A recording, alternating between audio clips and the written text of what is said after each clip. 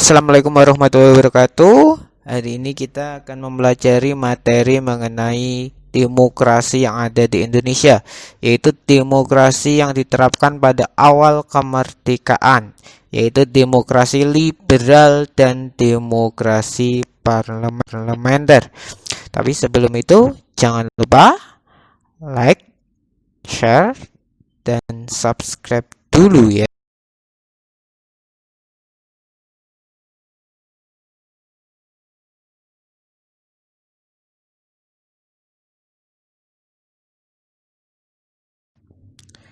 Demokrasi parlementer merupakan sebuah sistem pengorganisasian suatu negara dengan memberikan tanggung jawab kepada lembaga legislatif untuk membentuk kabinet kerja serta melakukan pemilihan presiden dan wakilnya.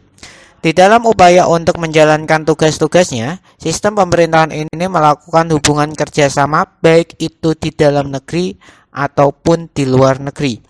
Dalam artian lain, sistem parlementer ini cenderung lebih dekat kepada kekuasaan yang diberikan oleh rakyat. Hanya saja sistem ini melakukan pemilihan pada saat terjadinya pemilu legislatif.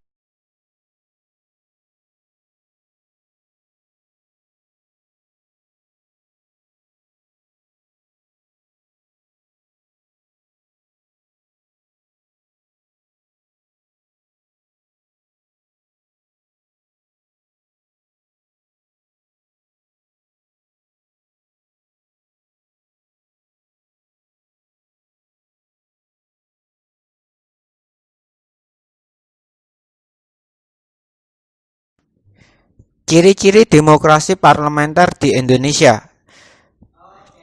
Pertama, kepala pemerintahan diambil alih oleh Perdana Menteri, sedangkan yang menjadi kepala negara adalah seorang presiden atau raja.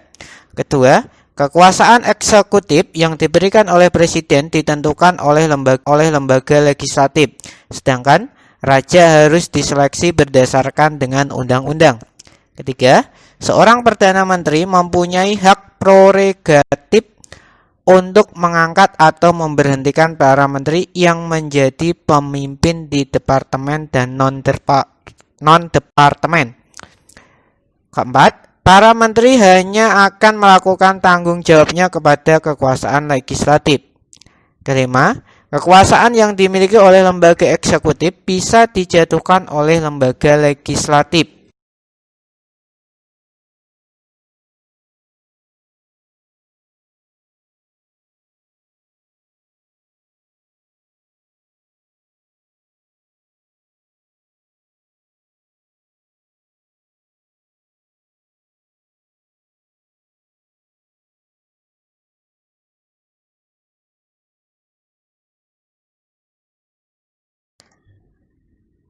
Enam, lembaga legislatif memiliki kekuasaan yang lebih tinggi dibandingkan dengan lembaga eksekutif.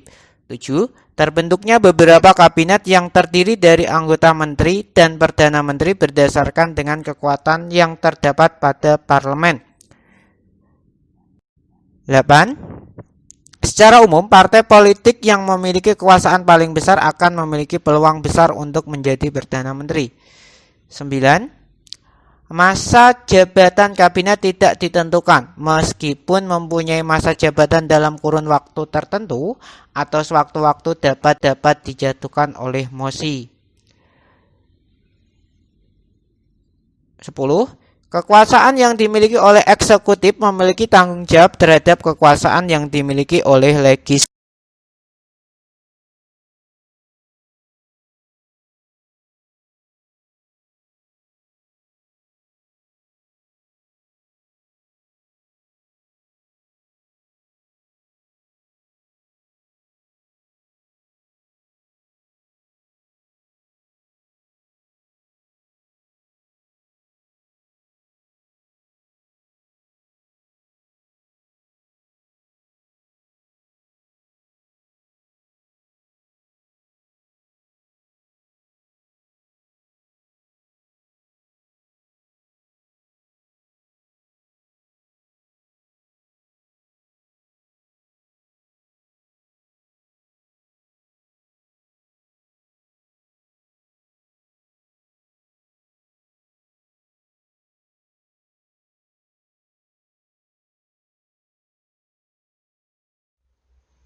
Kelebihan dari sistem demokrasi parlementer. 1.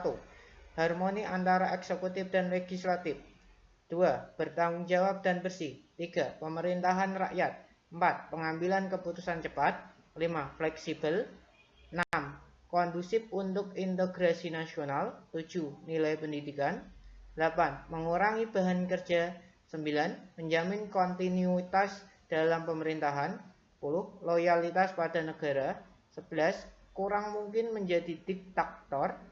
12. Lebih murah.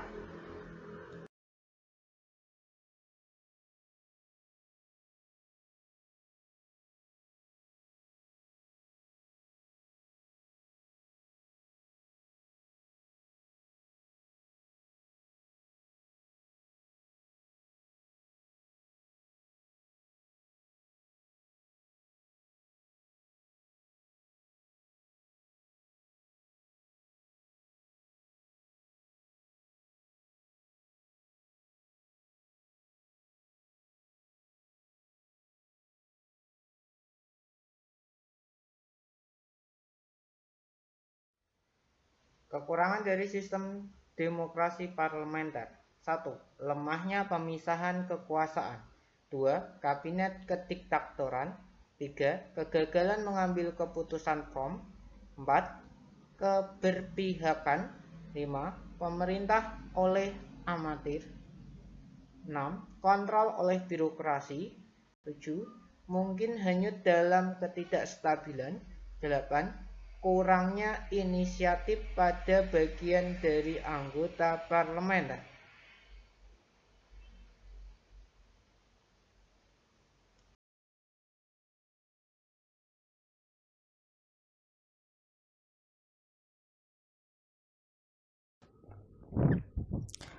Demokrasi liberal dapat diartikan sebagai demokrasi yang didasarkan pada hak-hak individu.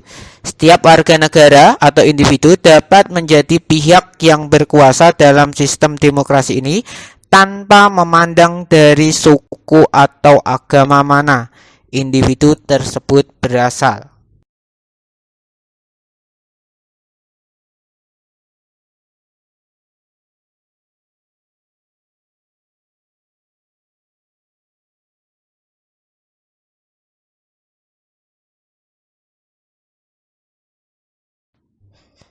Ciri-ciri demokrasi liberal. Pertama, partisipasi politik yang bisa diikuti oleh semua lapisan masyarakat. Kedua, pemungutan suara melalui pemilu dalam periode tertentu secara rahasia. Ketiga, terfasilitasinya kebebasan individu. Keempat, pemerintahan yang dapat membentuk hukum atau undang-undang atau semacamnya sesuai dengan suara mayoritas di parlemen. Kelima, kekuasaan pemerintah yang terbatas.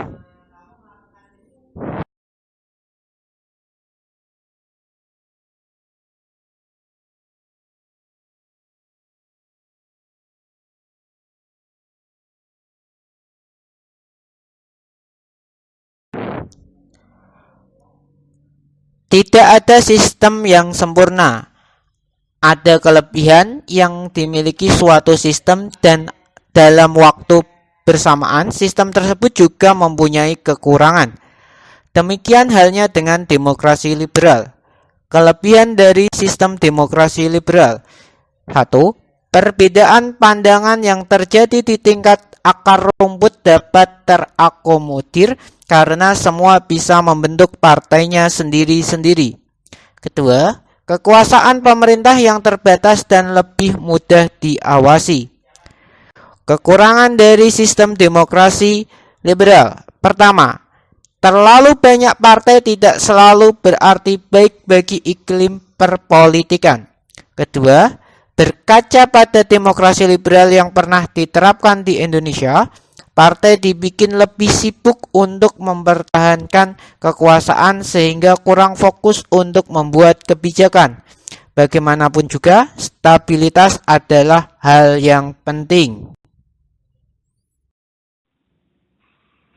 Oke guys, jangan lupa like, comment, share, and subscribe